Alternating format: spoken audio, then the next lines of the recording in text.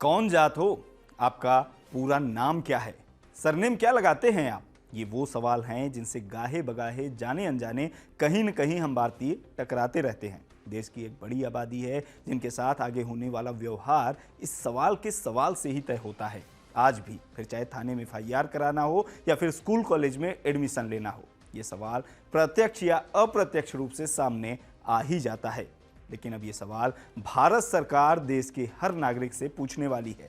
क्यों पूछा जाएगा ये सवाल?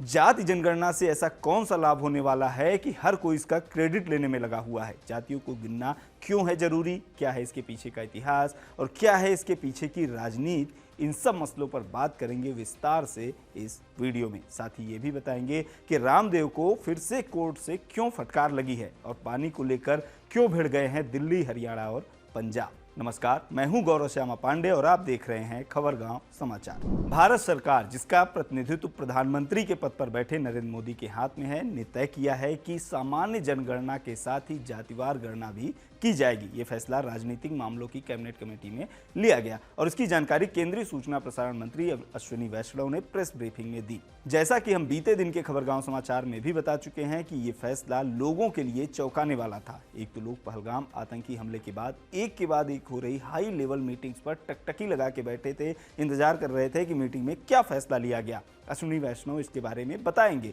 हो सकता है युद्ध का ऐलान हो जाए, हो सकता है पाकिस्तान को आतंकी देश घोषित कर दिया जाए या कुछ और बड़ा ऐलान कर दिया जाए। लोग उम्मीद लगाकर बैठे थे, लेकिन ऐलान हुआ जातिवार गिनती का।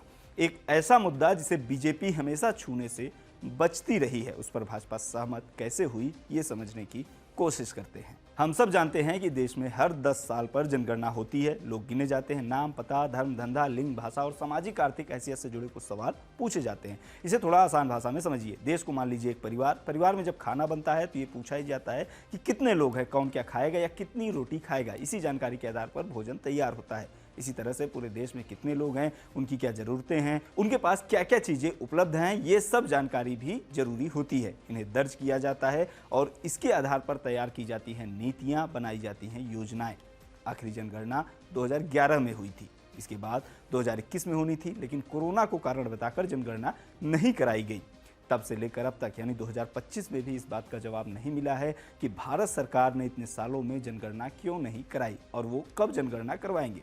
दुनिया भर के देशों में इस दौरान जनगणना हुई है। 2021 में ब्रिटेन, कनाडा और रूस में हुई, 2022 में जर्मनी में हुई, इसी साल बांग्लादेश तक में जनगणना हो गई थी। हमारे यहाँ सवाल किया जाता है तो यही जवाब मिलता है कि उचित समय पर जनगणना होगी। ये उचित समय कब आएगा ये कोई बताने को तैयार नहीं है। अब इसमें ये और जोड़ दिया गया है कि जब भी जनगणना होगी उसमें जात के आंकड़े भी लिए जाएंगे। यह ऐतिहासिक हुआ क्योंकि आज़ाद भारत में जातियों के आधार पर लोगों को कभी नहीं गिना गया।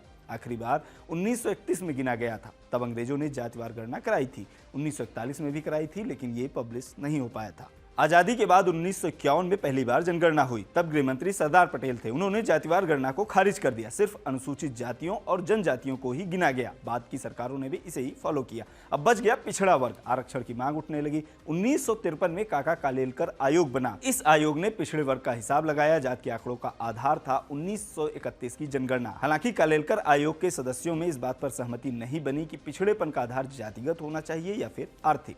1978 में जनता पार्टी की सरकार बनी। बीपी मंडल की अध्यक्षता में पिछड़ा वर्ग आयोग बना। मंडल आयोग ने 1931 में हुई जातिवार गणना के आधार पर रिपोर्ट तैयार की। कहा कि पिछड़े वर्ग की आबादी 52% है, इन्हें 27% आरक्षण मिलना चाहिए। मंडल आयोग की रिपोर्ट आने तक जनता पार्टी की सरकार जा चुकी थी। 1990 तक कुछ नहीं हुआ। वीपी सिंह की सरकार बनी तो मंडल आयोग की एक सिफारिश लागू हुई। ओबीसी वर्ग को सरकारी नौकरियों में 27% आरक्षण की। उस समय खूब बवाल हुआ। मामला कोर्ट तक गया और कोर्ट ने इसे सही माना। इसका दूसरा पार्ट आया 2006 में, जब मनमोहन सिंह सरकार के केंद्रीय मानव संसाधन विकास मंत्री अर्जुन सिंह सरकारी नौकरियों की तरह सरकारी शिक्षण संस्थानों में भी ओबीसी के लिए 27% आरक्षण लेकर आए। इसका खूब विरोध हुआ, लेकिन ये लागू हुआ। 90 में जब मंडल कमीशन की रिपोर्ट आई थी तो जातिवार गणना का मुद्दा भी जोर शोर से उठा था। भाजपा इसके काउंटर में कमंडल पॉलिटिक्स का नैरेटिव लेकर आई और जातियों में बंटने की बजाय हिंदूवादी छतरी के नीचे एकजुट होने पर जोर देती रही। जातिवार गणना का झंडा थामा जनता पार्टी से निकली रीजनल रीजनल सोशलिस्ट पार्टियों ने, सपा, बसपा, राजद, जदयू जैसी पार्टियों ने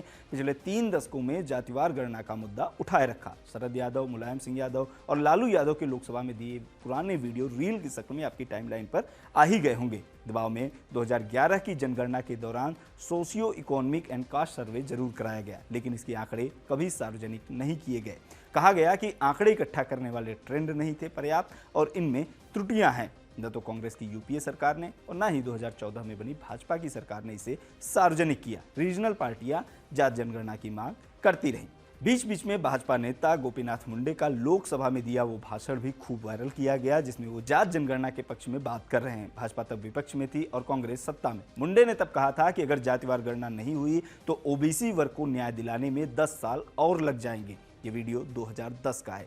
2014 में भाजपा सत्ता में आई, लेकिन 11 साल तक जात जनगणना कराने को लेकर कोई फैसला नहीं हुआ। हाँ, ये जरूर हुआ कि कांग्रेस ने भी इस मुद्दे पर सरकार को घेरना शुरू कर दिया, जिसने इतने सालों तक जात जनगणना नहीं कराई थी। 2024 के लोकसभा चुनाव से पहले राहुल गांधी ने प्रतिनिधित्व का मुद्दा उठाना शुरू किया। बसपा संस्थापक कांशीराम के नारे जिसकी जितनी हिस्सेदारी उसकी उतनी भागीदारी को दोहराया। बिहार में जात जनगणना जैसा एक सर्वे हुआ। कांग्रेस ने तेलंगाना, कर्नाटक में भी कराने का फैसला किया। 2024 के लोकसभा चुनाव से पहले बनी इंडिया गठबंधन के नेताओं ने एक सुर में जात जनगणना की बात दोहराई भी। कांग्रेस ने घोषणा पत्र में वादा किया कि केवल जात जनगणना ही नहीं कराएंगे, बल्कि आर्थिक सामाजिक स्थिति का भी पता लगाएंगे और उनकी स्थिति में सुधार के लिए कदम उठाएंगे। जवाब में प्रधानमंत्री नरेंद्र मोदी ने एक रैली में कहा कि कांग्रेस माताओं बहनों के मंगलसूत्र छीनना चाहती है। इंडिया गठबंधन सत्ता में तो नहीं आई, लेकिन भाजपा को बहुमत से रोकने में सफल रही। इससे भाजपा पर जात जनगणना के लिए दबाव बना, लेकिन भाजपा के नेता खुले मन से इसका विरोध कर रहे थे। केंद्रीय मंत्री नितिन गडकरी, उत्तर प्रदेश के मुख्यमंत्री योगी आदित्यनाथ, राजस्थान के मुख्यमंत्री भजनलाल शर्मा, मध्य प्रदेश के मुख्यमंत्री मोहन यादव के पुराने वीडियो कल से ही खूब वायरल हैं, जिसमें वे जाति जनगणना का विरोध करते नजर आ रहे हैं और इसे बांटने वाला बता रहे हैं। योगी ने तो 2024 के चुनाव के बाद बटोगे तो कटोगे का नारा भी दिया था, लेकिन 30 अप्रैल को जैसे ही मोदी सरकार ने जनगणना के साथ ही जाति भी गिनने की बात कही, अचानक से वक्त बदल गया, जज्बात बदल गया, माहौल बदल गया। हर किसी में होड़ मच गई कि ये देखो हमारी ताकत। समाजवादी पार्टी ने मुलायम का तो राजद ने लालू यादव का पुराना वीडियो शेयर करना शुरू कर दिया। झुकती है सरकार, झुकाने वाला चाहिए वाले पोस्टर शेयर होने लगे। कांग्रेस ने राहुल गांधी का लोकसभा में दिया पुराना भाषण शेयर किया, जिसमें वो कहते नजर आ रहे थे कि यही सरकार जाति जनगणना कराएगी। कांग्रेस के हैंडल से सोशल मीडिया पर दावा किया गया कि सरकार में भले भाजपा है, सिस्टम हम चला रहे हैं। इस पर भाजपा ने कहा कि झूठ और फरेब कांग्रेस का पुराना काम है। जो काम सत्ता में रहते नहीं किया, उसकी याद विपक्ष में जाने के बाद आई। जन विकास का काम तो अब शुरू होगा, ऐसा भाजपा नेता और केंद्रीय मंत्री शिवराज सिंह चौहान ने कहा। यानी अब हर कोई कह रहा है कि ये हमारी ही बदौलत हुआ है, इसका क्रेडिट हमारे खाते। सुनिए कांग्रेस, बीजेपी और अन्य दलों की ओर से जात जनगणना के फैसले पर क्या कहा गया। कुछ लोग बुखलाए गए हैं, कहते हैं सरकार उनकी है, सिस्टम हमारी है। मैं जब बात आ ही गई तो थोड़ा पूरी बात खुल के चर्चा करनी ही चाहिए। देश उसको, उस सच्चाई को जाननी ही चाहिए। 51 में सरकार किसकी थी, सिस्टम किसकी थी? 31 में 1931 में आखिरी जातिगत जनगणना हुई थी। 41 में देश आजाद नहीं हुआ था, उस हुकूमत ने उसको नहीं किया। लेकिन 51 में सिस्टम और सरकार किसके हाथ में थी? स्वर्गीय पंडित जवाहरलाल नेहरू जी ने कि मत यह जग जाहिर था। अगर बाबा साहेब और बापू ना होते, सामाजिक संवेदनता का कोई विषय नहीं होता उनकी मन में, संविधान सभा की परामर्श नहीं होता, तब देश में आज आरक्षण नहीं होता। 28 अप्रैल को 2024 को वो कहते हैं कि जो लोग कास्ट सेंसस की बात करते हैं वो अर्बन नक्सल हैं। प्रधानमंत्री अर्बन नक्सल कब से बन गए?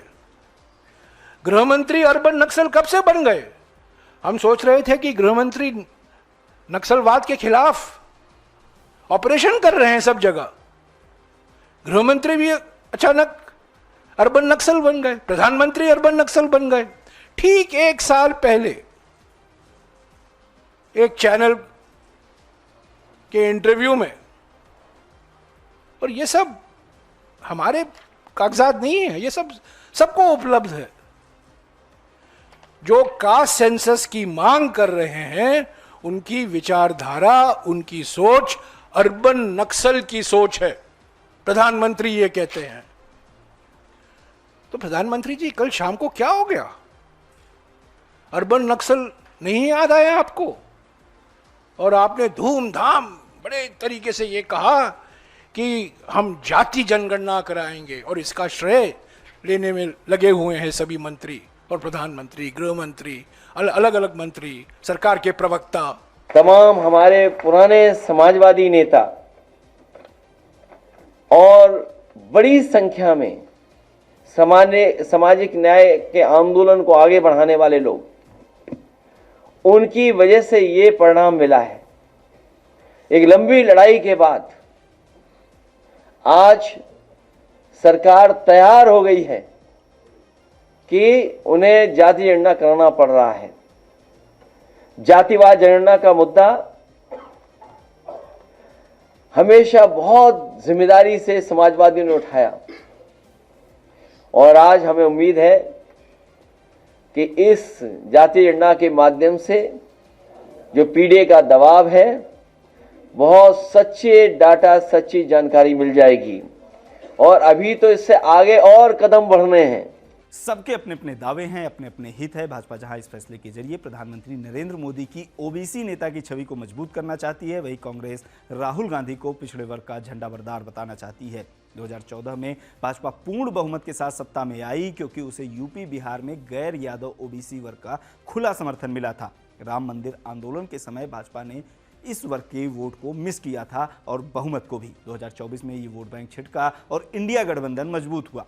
ऐसे में कांग्रेस भी अब इसी मुद्दे को आगे बढ़ाना चाहती है। हम भी आगे बढ़ते हैं अगली खबर की तरफ। पहलगाम में हुए आतंकी हमले को 9 दिन बीत चुके हैं, अब तक हमला करने वाले आतंकी पकड़े नहीं गए हैं। सुरक्षा बलों की ओर से सर्च ऑपरेशन जारी है। मीडिया रिपोर्ट्स में सैन्य अधिकारियों के हवाले से दावा किया जा रहा है कि आतंकी जंगलों में छिपने, भागने और लड़ने में हाईली ट्रेंड है। उन्हें क्षेत्र की भौगोलिक स्थिति की भी पूरी जानकारी है और वे घने जंगलों, पहाड़ों का पूरा फायदा उठा रहे हैं। ये बुरहान वाली गैंग से बिल्कुल अलग है, जो बंदूक के साथ पोज देते हुए सोशल मीडिया पर अपनी तस्वीरें शेयर करते थे। वे आधुनिक हथियारों से लैस हैं और न के बराबर फुटप्रिंट पीछे छोड़ते हैं। खैर, सर्च ऑपरेशन जारी है, जांच भी जारी है। आज एनआईए के डीजी भी पहलगाम पहुंचे, वहां उन्होंने एनआईए जांच की समीक्षा की। इधर भारत सरकार ने पाकिस्तानी विमानों के लिए अपना एयर स्पेस बंद करने का फैसला किया है। इससे पहले पाकिस्तान ने भी भारत के लिए अपना एयर स्पेस बंद कर दिया था। इससे होगा ये कि पाकिस्तान के विमान भारत के हवाई क्षेत्र से उड़कर नहीं जा पाएंगे, घूम कर जाना होगा। यही स्थिति भारत के लिए भी लागू होगी। भारत भी पाकिस्तान के एयर स्पेस के ऊपर से नहीं जा पाएगा। सुप्रीम कोर्ट में भी आज पहलगाम में हुए आतंकी हमले से जुड़ी एक याचिका पर सुनवाई हुई। याचिका दायर करने वाले की मांग थी कि 5 रिटायर्ड जजों की निगरानी में इस हमले की जांच की जाए। सुप्रीम कोर्ट ने याचिकाकर्ता को डपट दिया,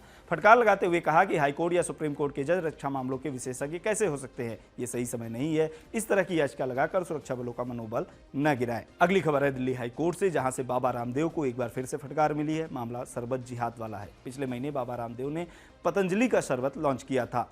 रामदेव ने अपने शरबत की खूबियां बताई, जैसे हर बिजनेसमैन बताता है, लेकिन साथ में उन्होंने कुछ ऐसी टिप्पणियां भी की जो नफरत फैलाने वाली थी। अपना शरबत बेचने के लिए रामदेव नई थ्योरी लेकर आए, शरबत जिहाद। रामदेव के बयान के खिलाफ रूह अफ़ज़ा बनाने वाली शरबत कंपनी हमदर्द ने हाईकोर्ट का दरवाजा खटखटाया। 22 अप्रैल को हाईकोर्ट ने रामदेव को फटकार लगाते हुए कहा था कि इस तरह के बयान न दें और विवादित वीडियो हटाइए, लेकिन रामदेव नहीं माने। एक और वीडियो जारी कर दिया, जिसके बाद कोर्ट ने उन्हें अवमानना का नोटिस थमा दिया है। कहा है कि वे किसी के कंट्रोल में नहीं हैं, अपनी ही दुनिया में जीते हैं। मामले की सुनवाई कर रहे जस्टिस अमित बंसल ने कहा कि पिछले आदेश के मद्देनजर उनका एफिडेविट और वीडियो अवमानना के दायरे में आता है। मैं उन्हें अवमानना नोटिस जारी करूंगा। बढ़ते हैं अगली खबर की तरफ। दिल्ली, हरियाणा और पंजाब के बीच पानी को लेकर लड़ाई शुरू हो गई है। दिल्ली सरकार में मंत्री प्रवेश वर्मा ने आरोप लगाया कि दिल्ली और हरियाणा के हिस्से का पानी पंजाब की भगवंत मान सरकार ने रोक लिया है, क्योंकि दिल्ली में हुई हार को आम आदमी पार्टी पचा नहीं पा रही है। इसी तरह का आरोप हरियाणा के मुख्यमंत्री नायब सैनी ने भी लगाया। कहा कि पंजाब हमारा बड़ा भाई है, गुरुओं की धरती है, जिनसे हमने हर प्यासे को पूछ पूछ कर पानी पिलाना सीखा है। कुछ ही दिनों में बारिश होगी और सारा पानी पाकिस्तान चला जाएगा, जो हम पर गोलियां चला रहा है। आज तक ये सिंचाई के पानी की बात नहीं हो रही, ये पीने के पानी की बात हो रही है। और मैंने भाई कन्हैया को उदाहरण दिया है। हमारी संस्कृति में हमने गुरुओं से सीखा है, हमने गुरुओं से ये सीखा है कि अगर मेरे पास कोई अनजान व्यक्ति भी आ जाए, उसका पानी पिला करके मैं स्वागत करता हूँ। किसी भी परिवार में चला जाए, सबसे पहले उसको पानी जल पिलाते हैं, जल पिला करके उसका स्वागत करते हैं, बाद में पूछते हैं। तो उन गुरुओं की जो मार्ग दिखाया हुआ है, उस मार्ग को इन्हें चलना चाहिए। आज तक के इतिहास में आप देखिए, आज तक के इतिहास में इस पीने के पानी को लेकर के कभी भी कोई डिस्प्यूट नहीं हुआ। मैंने कहा ना, घटिया स्तर की राजनीति, चुनाव आ गए हैं, लोग समझ रहे हैं, पंजाब का किसान, पंजाब का आवाम भी समझ रहा है। अरे पंजाब हमारा बड़ा भाई है, क्यों डिफरेंसेस पैदा कर रहे हैं? इतनी घटिया राजनीति मत करिए। दिल्ली हरियाणा से आरोप लगे तो पंजाब से भी जवाब भी आया। मुख्यमंत्री भगवंत मान ने कहा कि पंजाब के पास हरियाणा को देने के लिए पानी नहीं है। बीजेपी जबरदस्ती पंजाब के पानी पर डाका डालना चाहती है। तो आपने सुना, पानी को लेकर राज्यों में झगड़ा शुरू हो गया है। कोई इसे बदले की राजनीति बता रहा तो कोई साजिश। आपने सबको सुना, अपनी राय बताइए कमेंट बॉक्स में। आज के एपिसोड में इतना ही। बने रहिए खबरगांव के साथ।